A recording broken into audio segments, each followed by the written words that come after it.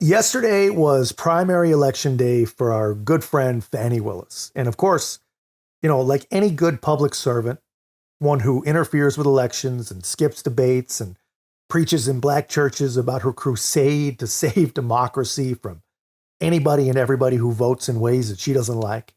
She spent the eve of her election on Rachel Maddow, pretending, of course, to be a victim. And honestly, I think that's a pretty good example of the state of things for Democrat politicians at large, right? You can either campaign or debate, run on your record, or you can just hit up the victimhood circuit. I mean, just go on MSNBC and cry. This is who these people are. And this is what had her on the run. This is the man that she was up against in the Democrat DA primary. On May 15th, Fulton County District Attorney Fani Willis received a letter from the United States Senate highlighting her misuse of $500,000 for a youth empowerment and gang prevention center and $2 million for the sexual assault kit initiative. Instead, she spent those funds on traveling. In light of potential prosecution and disbarment, I respectfully ask Fani Willis to resign, effective immediately. Honestly, it's a pretty reasonable request. Just resign and let someone who will actually be allowed to practice law this time next year actually go ahead and prosecute the crimes on behalf of the citizens of Fulton County. But she never debated this man, never answered a real question from any real reporters, never provided the documents that would prove to the federal government that her office did not, in fact, embezzle earmarked taxpayer funding. I mean, she just continued to race bait and blaspheme in church. She continued to meddle in elections as an activist, basically Democrat hack attack dog. And she continued to play the victim game. And I'm sorry, man, but when you're accused of mismanaging $2 million to help close thousands of open and aging rape cases in your county, you don't make a very compelling victim. This strikes me very close to my heart because I feel like this is one of the first times I've seen people standing up for you on this point. I wanted to ask how it strikes you. Do you agree with their assessment of what's going on? Well, as you know, let's start with the federal government and Jim Jordan. Mm-hmm. Jim Jordan has time after time after time attacked my office with no legitimate purpose.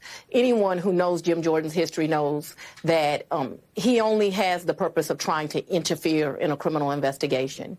He has now turned his tricks to he's going to look at grant programs, which I invite him to do, and we have complied with his subpoenas, but yet he continues his attacks to try to interfere in a criminal investigation, while his jurisdiction has one of the worst crime rates, has poverty issues.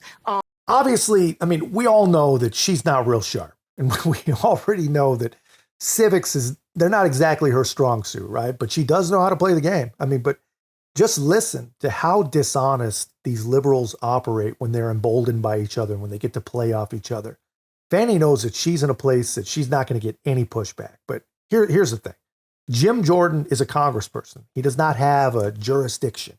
He doesn't affect any local statute. He does not enforce any laws at all. He's a federal lawmaker. He's not in local law enforcement like Fannie. She knows this. She also knows that Rachel Maddow doesn't have a clue basically about anything, but she doesn't know anything about crime stats in any of these places, and she wouldn't check her even if she did. But someone's got to. So here are the actual facts that our friend Fannie is trying to bend. The biggest town in Jordan's district is called Mansfield, and it's got a pretty respectable crime rate of 4.46 per thousand residents. And obviously, the biggest town in Fannie's jurisdiction, because she actually has a jurisdiction, that's Atlanta. Everybody knows Atlanta has a pretty egregious crime rate, like a lot of big cities do, especially blue big cities. So it would not be fair to compare Atlanta to Mansfield. So if you pick the closest population size in Fannie's jurisdiction, that's a town called Dunwoody. And remember, 4.46 per thousand in Mansfield. Well, Dunwoody has a crime rate of almost 7 times that, coming in at 31 per thousand residents. And she also mentioned poverty. And if you look at those stats, all of Fulton County and Jordan's district, they're within a percentage point of each other. So honestly, I mean, I'm not beating up all these numbers. It's just another example of lazy, tired, leftist gaslighting. It accomplishes nothing. all it does is pacify the weak minds of Rachel Maddow's usual victims. And not one time has he used his position to try to investigate people who are attacking me and attacking others legitimately doing their jobs, making him illegitimate in his position, and it's disgusting. And so I bring that up at the federal level because now at the state level, they've decided to follow this clown's lead. And they want to now try to interfere in an investigation. And it's not legitimate either. And so it shall fail, and it's not going to go anywhere. But they are trying to attack me at every level. As you know, today is an exciting day for me because I'm on a ballot tomorrow, and I have a Democratic challenger, and I plan to win and win big tomorrow. But I also have a Republican challenger coming up in November who's unqualified, been practicing law for less than 4 years, has never practiced criminal law, but has already got PACs supporting her, already has the National the National Republican Party, as well as the local Republican Party supporting her. And so I am thankful to those 3 Democrats who stood up for what is right. But I am at a point where I need Fulton County voters to get out and vote.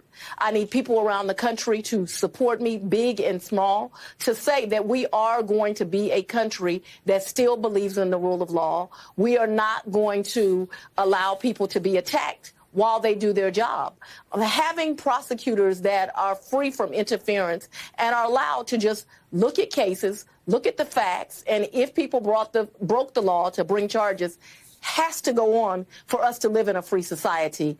The sad part, though, for all of them, Ms. Maddow, is it doesn't matter how many times they attack me. I am not going to be broken, and I am going to still be standing here doing my job lawfully.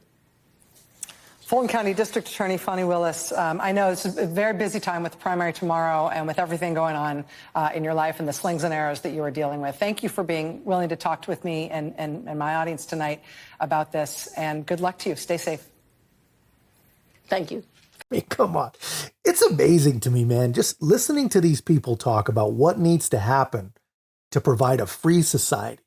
As she literally refers to congressional and state legislature oversight as interference. And the whole time, Maddow just treats her as some sort of like left-wing battle hero, which is exactly what she set out to become with all this Trump nonsense.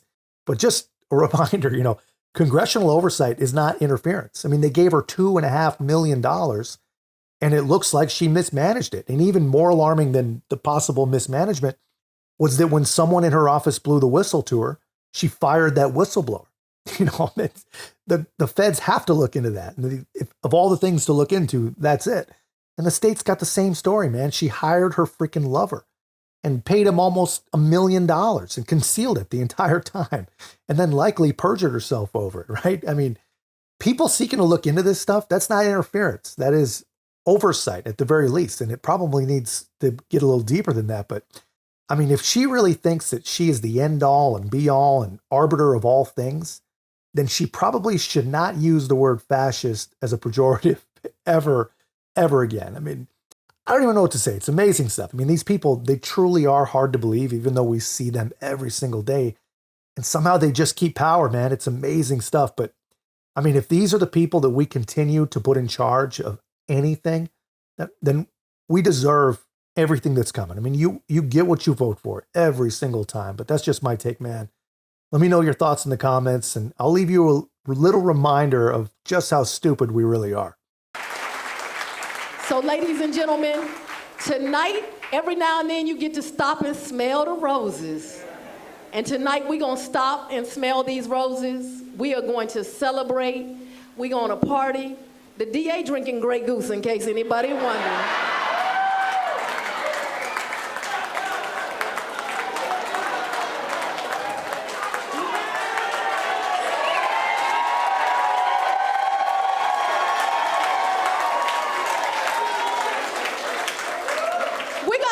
Kind of DA down here in the dirty, dirty South.